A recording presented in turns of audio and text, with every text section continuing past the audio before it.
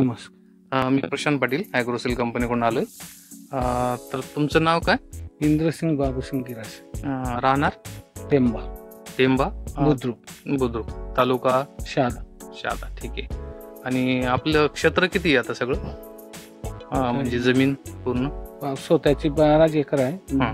बटाई 20 एकर आहे. बरं. आणि त्याच्यामध्ये आपण कोणते कोणते पीक घेत? केळी, पपई, बरं. नंतर ऊस, आणि कापूस, बरं, कांदा वगैरे अजून काय असतं? कांदा आता लावणार.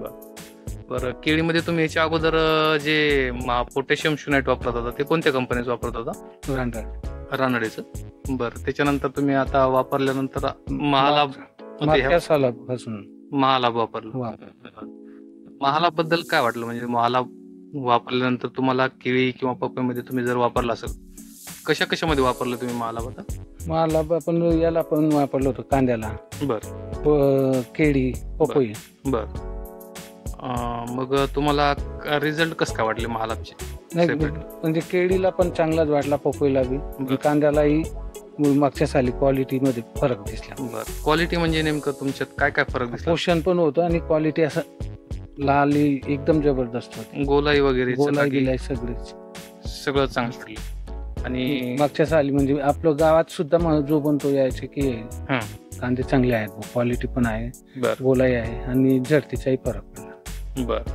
म्हणजे तुम्हाला महालाभ वापरल्यामध्ये फरक चांगल्याच प्रकारे गोलाई वगैरे. आणि व्यापाऱ्यांनी पाहिल्यानंतर त्याची काय म्हणजे रिॲक्शन?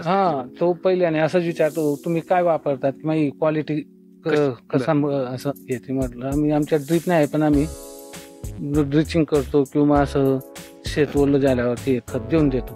बरं. म्हणजे महालाभमुळे तुम्हाला ही क्वालिटी अशी मिळाली असं वाटतं. बरं, चालेल, ठीक आहे. तेच आम्हाला कन्फर्म करायचं होतं.